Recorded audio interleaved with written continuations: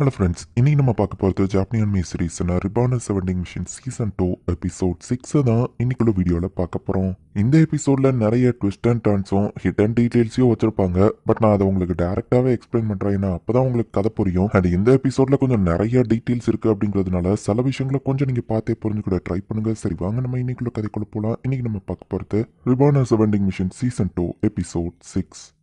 லேக் ஸ்டாடம்கோ ஆர்ஜின் ஸ்டாடம்கோ மட்டும்தான் இப்போதைக்கு சர்க்கிள் கனெக்ஷன்ல இருக்கு. மான்ஸ்டரால அதை யூஸ் பண்ண முடியாது, கவலைப்படாதீங்கன்னு ஹீலமி சொல்றா. எல்லாம் முடிஞ்சப்பறம் நம்மளும் லேக் ஸ்டாடம்கே போலாம் அப்படின்னு மினிஸ்ட்ரியல் ஃபூல்ஸ் எல்லாரும் யோசிக்கிறாங்க. சர்க்கிள மான்ஸ்டர் யூஸ் பண்ண முடியாதபடி யாராச்சும் ஒருத்தர் இந்த இடத்த ப்ரொடெக்ட் பண்ணுமேன்னு கேட்கவும், அவனா இலியூஷன் மேஜிக் போட்டு ஹெல்ப் பண்றேன். ஏன்னா ஒரு வீக்கான லேடியை நான் தானே ப்ரொடெக்ட் பண்ணி ஆகணும்னு நம்ம சொல்லுவோம். அவனை விட்டுட்டு போனோம்னா இவன் ஷூவை வச்சு ஒரு வீடியே கட்டிடுவான், இவனெல்லாம் தனியாக போட முடியாதுன்னு ஷூவேவா அவனும் சண்டை போட ஆரம்பிக்கிறாங்க. கிளம்புறதுக்கு முன்னாடி மினிஸ்ட்ரியல் ஃபூல்ஸோட பேஸுக்கு போயிட்டு போலான்னு நினைக்கிறான் கெராயில் சொல்றான். இவங்க பேஸோ ஆர்ஜின் ஸ்டாடம்ல இருக்கும்னு நான் எதிர்பார்க்கல. நம்ம ஹீரோ யோசிக்கிறேன், ஒரு முக்கியமான விஷயம் பேசணும், இதுக்கு மேலேயும் இவங்க கிட்ட இதை மறைக்க முடியாதுன்னு அவங்க யோசிக்கிறாங்க. ஷோவேவோ ஹீவேவோ இன்னும் சண்டை போட்டுட்டு இருக்காங்க. முடிச்சுட்டு வரோன்னு சொல்லவோ, சரி அந்த முட்டாளுங்க சண்டை போட்டு முடிச்சதுக்கு அப்புறம் எங்க பேஸ்க்கு வந்துருங்க அப்படின்னு கெராயிலோ ஃபில்மினாவோ கிளம்புறாங்க. ஷோவே அவங்களோட பேஸ பத்தி எக்ஸ்பிளைன் பண்ணிட்டு இருக்கா. ஷோவே இந்த டீம்ல ஜாயின் பண்ணி கிட்டத்தட்ட 2 வருஷத்துக்குள்ளதான் இருக்கும். பட் ஹீவே அதுக்கு முன்னாடியே ஜாயின் பண்ணியிருக்கான். இவங்க பார்ட்டியில ஃபர்ஸ்ட் வந்து ஜாயின் பண்ணவங்களுக்கு லீடர்ஷிப்லாம் கிடையாது. அப்படி பார்த்தா அந்த ட்வின்ஸ் தான் எனக்கு எல்டரா இருப்பாங்க. கேப்டன் வைஸ் கேப்டன் அந்த ட்வின்ஸ் செஞ்சு தான் அந்த பார்ட்டியே ஸ்டார்ட் பண்ணாங்க. அவங்க தான் ஃபவுண்டிங் மெம்பர்ஸ் அப்படின்னு சொல்லி ஹீவே சொல்றான். நீ சொல்ல எதையோ யோசிச்சுட்டு இருக்கப்போ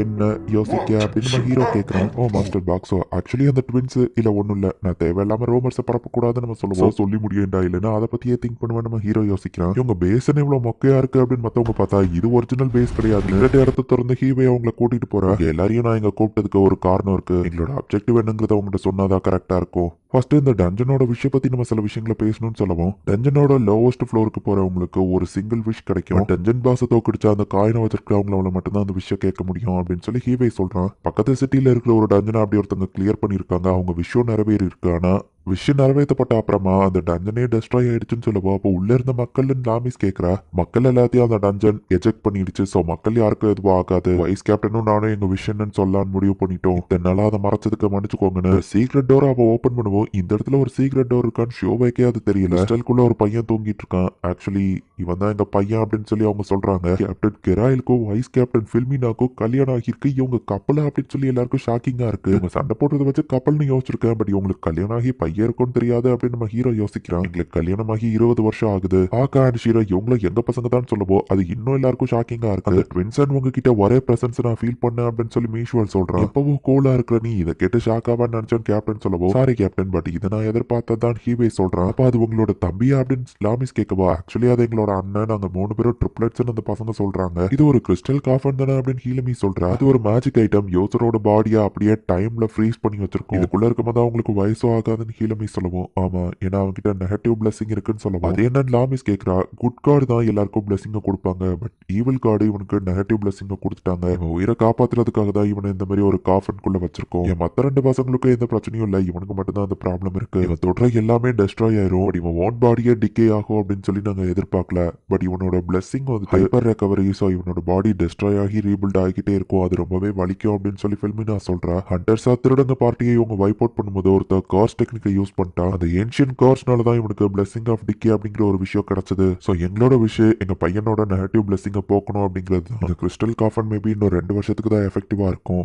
ஸோ அந்த நெதர்லாண்ட் கூட நாங்கள் ஜாயின் பண்ணலான்னு இருக்கோம். நீங்களும் ஜாயின் பண்ணுவீங்களா அப்படின்னு நம்ம கேட்கறோம். நெதர்லாண்ட் கூட ஜாயின் பண்ணுவீங்களா அப்படின்னு நம்ம கேட்கவோ, எல்லாருமே இப்போ அவங்க ஸ்வாட் எடுக்கிறாங்க. நம்ம எல்லாரையும் கொல்ல பார்க்கறான்னு ஷூவை சொல்லவோ, எனக்கு யார் செத்தாலும் கவலை இல்லை, என் பையனை காப்பாத்துறது தான் முக்கியம்னு கெராயில் சொல்றான். உங்க கூட நாங்கள் சேர்றோன்னே வச்சுப்போம், எப்படி லாஸ்ட் ஃப்ளோருக்கு போறது அப்படின்னு கேட்டா, நெதர்லாண்டோட ஒரு ஆளு நமக்கு ஹெல்ப் பண்றதுக்கு ரெடியா இருக்கான்னு அவன் சொல்றான். ஸ்டாடம்க்கு நாங்கள் போனாதான் எங்க பையனை காப்பாற்ற முடியும், நெதர்லாண்டோ அதுக்கு ஹெல்ப் பண்றான் அப்படின்னு கெராயில் சொன்னாம மோசமானவன் ஹீலமி சொல்றா. நெதர்லாண்டை டிஃபீட் பண்ணி அதுக்கப்புறம் கடைசி ஸ்டாடம்க்கு போய் அங்க இருக்கிற லாடை டிஃபீட் பண்றதுக்குலாம் எங்களுக்கு டைம் இல்ல. இவன் எங்களுக்கு நெதர்லாண்டோட ட்ராப்பா இருந்தாலும் இதை தவிர்த்து வர ஆப்ஷன் இல்லைன்னு கெராயில் சொல்றான். ஜாயின் பண்ணுவீங்களான்னு கேட்கவோ எல்லாரும் அட்டாக் பண்ண ரெடி ஆகுறாங்க. பாக்ஸோ அதுல நீதான் எங்களுக்கு முக்கியமா தேவைன்னு சொல்லவோ, பாக்ஸவை தர முடியாதுன்னு லாமிஸ் சொல்றா. அப்படின்னா எங்களுக்கு வேற வழி இல்லை அப்படின்னு சொல்லி கெராயிலும் இவங்க டீமும் ஃபைட் பண்ண ரெடி ஆகுறாங்க. ஷோவை சியோன் பக்கத்துல வாங்க அப்படிங்கிற மாதிரி நம்ம ஹீரோ போட்டு பேரியர் நம்ம ஹீரோ போட்டுருந்தான்.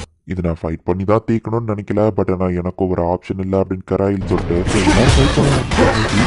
ஃபைட் பண்றேன்னு கேப்டன் கேட்கிறேன். மீஷ்வல் தனியாலாம் அந்த ட்வின்ஸை சமாளிக்கிறான். பேரியருக்குள்ள இருந்துட்டு ஃபில்மினாவை இவங்க அட்டாக் பண்றாங்க. கேப்டன் உங்க பிளேட்ல பாய்சன் இருக்கும்னு எதிர்பார்க்கலன்னு ஹீவே சொல்றான். பாய்சன் உள்ள கொள்ளாது, பட் கொஞ்ச நேரத்துக்கு ஒன்று தடுக்கும்னு கேப்டன் சொல்றான். ஹீவேக்கு எதுவுமே ஆகல. ஆக்சுவலி என்னோட பிளஸிங் சென்சரி மேனிபுலேஷன். ஹீலமி உனக்கு இதை பத்தி தெரிஞ்சிருக்கும்னு கேட்கவும், இதை பத்தி எக்ஸ்பிளைன் பண்றது ஓகே தானே ஹீலமி கேட்கறான். அவனும் சரின்னு சொல்றான். பிளஸிங் மத்தவங்களோட சென்ஸை கண்ட்ரோல் பண்ணும், பாக்குறது கேட்கறது ஸ்மெல் பண்றது டேஸ்ட் இந்த மாதிரி அப்படின்னு ஹீலமி சொல்றா. அப்ப இனியே என்னால நலிஃபை பண்ண முடியும் அப்படின்னு நம்ம சொல்லவும், என் பையனோட வழியை போக்க முடியுமான்னு கேட்டா, இல்ல இது ஏமால மட்டும் தான் ஒர்க் ஆகும் அப்படின்னு நம்ம சொல்றோம். ஒரு வழியா அந்த ட்வின்ஸை தோக்கடிச்சிட்டான். எல்லாரும் தயாரா இருங்க அப்படின்னு சொல்லி கெராயில் சொல்றா. பார்த்தா வழியில துடிக்க ஆரம்பிக்கிறான். பேரியரை தாண்டி உங்க போக முடியாதுன்னு நம்ம ஹீரோ ரெடியா இருந்தா, மறைச்சது நீங்க மட்டும் கிடையாது. கெராயில் நம்ம பவரை ஆக்டிவேட் பண்ணுவோம். நம்ம ஹீரோ பேரியர் மறைஞ்சிருது. ஸ்மோக் போட்டு அவங்க ஒரு வழியா தப்பிச்சிருக்காங்க. அவங்களை ஃபாலோ பண்ணி போகதா கேப்டனோட பவர் என்னன்னு தெரியாது. அவனோட கண்ணு ரெட் கலர்ல எரிஞ்சது இல்ல அப்படின்னு சொல்லி லாமிஸ் பாக்க கேப்டன் அவர் பவரை ஆக்டிவேட் பண்ணுவோம். என் பிளஸிங் கேன்சல் ஆயிடுச்சு, அதான் எனக்கு வழி தெரிஞ்சது, பட் இப்போ அது போயிடுச்சுன்னு சொல்ல பேரியரையும் அவன் ஸ்டாப் பண்ணிருக்கான். கேட்கும் போது ஹைபிரேஜ் பிளஸிங் தான் ஞாபகம் வருது. அது ஒரு லெஜெண்டரி பிளஸிங், மத்தவங்க பிளஸிங் அது கேன்சல் பண்ணும் அப்படின்னு ஹீலமே எக்ஸ்பிளைன் பண்றா. அப்படின்னா என் பிளஸிங் இல்லாம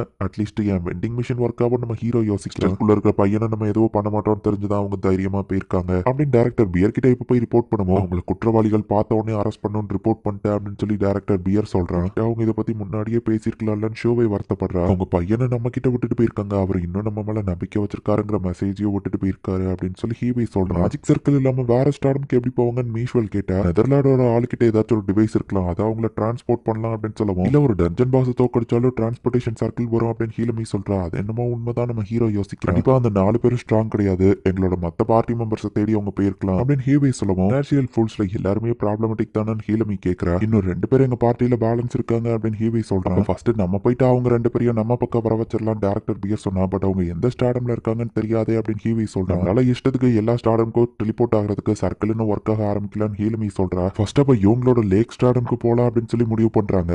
கொஞ்ச டைமிங்ல நிறைய விஷயங்கள் இங்க டிஃப்ரெண்டா நடக்க ஆரம்பிச்சிச்சு. ஈவன் நான் வெண்டிங் மிஷினா இருந்துட்டு இவ்வளவு ஃபைட் பண்றதுமே டிஃபரன்ஸ் தான் அப்படின்னு நம்ம ஹீரோ யோசிக்கிறான். இப்போ எல்லாருமே அவங்களோட அந்த கிளியர் ஃப்ளோ லேக் ஸ்டார்டம்க்கே போலாம் அப்படின்னு சொல்லி டெலிபோர்டேஷன் சர்க்கிள்ல போய் நின்று ரெட் கலர்ல மாறுது. யாராலையும் அசைய முடியல. ஹீரோ மட்டும் இப்ப தனியா டெலிபோர்ட் ஆயிருக்கான். எங்க இருக்கன்னு நம்ம ஹீரோ பாக்குறான். கண்டிப்பா ஹீலமி மிஸ்டேக் பண்ண மாட்டான். இங்க என்ன நடக்குன்னு நம்ம ஹீரோ பார்த்துட்டு தள்ளி போய் இப்ப நம்ம ஹீரோ நிக்கிறான். பார்த்தா டேரக்டர் பியரோ ஹீலமியா அந்த இடத்துக்கு டெலிபோர்ட் ஆகி வராங்க. லாமிஸ் அங்க இல்லையே நம்ம ஹீரோ வருத்தப்படுறான். இந்த இடத்துல இந்த எபிசோட் முடியுது. ஆக்சுவலி இந்த எபிசோட்ல ஒரு ஹிடன் டீடைல் இருந்தது, அதை நான் மென்ஷன் பண்ணல. கதை போக போக அது டேரக்டா உங்களுக்கு புரிய வரும். மேஜிக் சர்க்கிள் ஒழுங்கா ஒர்க் ஆகாம வேற ஏதோ ஒரு ஸ்டார்டம்க்கு இவங்க டெலிபோர்ட் ஆயிட்டாங்க. நம்ம ஹீரோவோட வேற வெண்டிங் மிஷினா குட்டியா டிரான்ஸ்ஃபார்ம் ஆகி ரொம்ப நேரம் இருக்க முடியாது. லாமிஸ் தான் நம்ம ஹீரோவை தூக்குறதுக்கு வேணும். என்ன நடக்க போகுது நெக்ஸ்ட் எபிசோட் பார்த்து தெரிஞ்சுக்கோங்க. தேங்க்யூ ஃபார் வாட்சிங். Bye guys. நெக்ஸ்ட் எபிசோட்ல மீட் பண்ணலாம்.